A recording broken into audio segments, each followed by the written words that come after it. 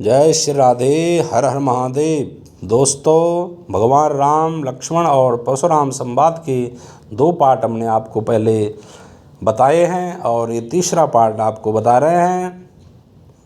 तो दोस्तों, परशुराम जी कहते हैं, छोटा भाई तो बार बार अंगारे मुझ पर फेंक रहा, तू मीठी मीठी बातों से चोटों को मेरी सेक रहा। एक नरम और एक गरम, क्या कुटिल नीति है दोनों की। क्यों विश्वामित्र जी जानते हो चालाकी अपने चेलों की। विश्वामित्र जी कहते हैं, हे भृगुनाथ, आपको बच्चों के साथ झगड़ना नहीं बल्कि शांति जाहिर करनी चाहिए और समझाना चाहिए ताकि इनका क्रोध शांत हो जाए। फिर परशुराम जी कहते हैं, जो पितु के ऋण से उऋण हुआ जो माता का बलिदाता है, गुरु ऋण के कारण वही हाथ फिर एक बार खुजलाता है। इस कारण उस उधार का अब ऐसे भुगतान करूँगा मैं, अपने इस कुल्हाड़े से तेरा संहार करूँगा मैं। फिर भगवान राम जी कहते हैं, अपने दासों का रक्त पिए यह शक्ति भला कब फरसे की। हे नाथ, हमारे गर्दन तो छाया में है आपके फरसे की। यदि इसे काट भी डालो तो क्या चिंता, यह अनुरागी है। न्यौछावर विप्र चरण में हो तो यह शरीर बड़ भागी है। हम करे ब्राह्मणों की सेवा, स्वामी यह धर्म हमारा है। हम झुके ब्राह्मणों की आगे, यह पहला कर्म हमारा है।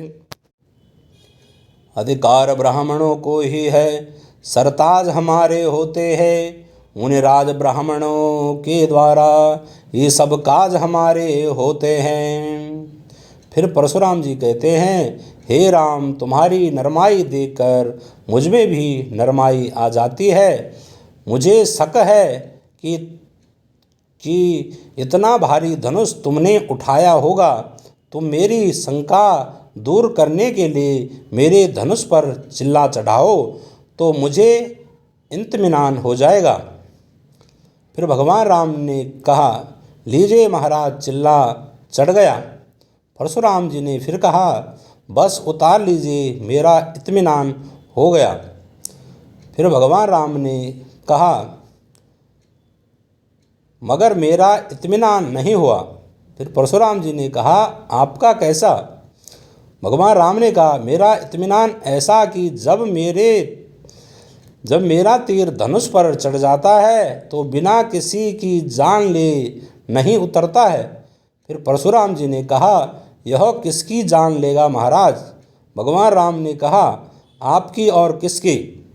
फिर परशुराम जी ने कहा, न महाराज, ऐसा न करना, मैं मर जाऊंगा।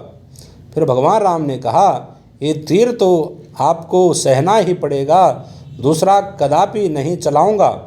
फिर परशुराम जी ने कहा, मगर महाराज, दूसरे की तो नौबत ही नहीं आएगी। फिर भगवान राम ने कहा, क्या एक ही तीर में जान निकल जाएगी। फिर परशुराम ने कहा, वह क्या जान निकालने की कही, आधी जान तो मेरी अभी ही निकल गई। फिर भगवान राम ने कहा, तो इस शर्त पर छोड़ देता हूँ कि आगे किसी क्षत्रिय के मुकाबले पर मत आना। मेरा धर्म गौ ब्राह्मण धरती की रक्षा करना है, इसलिए तुम पर वार नहीं करूँगा। अब ईश्वर का भजन करना। फिर परशुराम जी ने भगवान राम की जय जयकार करते हुए कहा, रघुकुल में सूर्य समान हो तुम, हे राम तुम्हारी जय हो। असुरों के लिए कृपाण हो तुम, हे राम तुम्हारी जय होए। गौ दे द्विज दे महेश्वर, संतों के हित नर रूप में प्रगटे त्रिभुवनपति। नर हो गर्भे निर्वाण हो तुम, हे राम तुम्हारी जय हो। जय हो शंकर के सर्वस्व, सुख है वो आज हमारे सन्मुख है। हम भक्त हैं और भगवान हो तुम, हे राम तुम्हारी जय हो। बिन जाने वाद विवाद हुआ, क्षमी एक यो अपराध हुआ। करुणानिधि कृपा निधान हो तुम, हे राम तुम्हारी जय हो।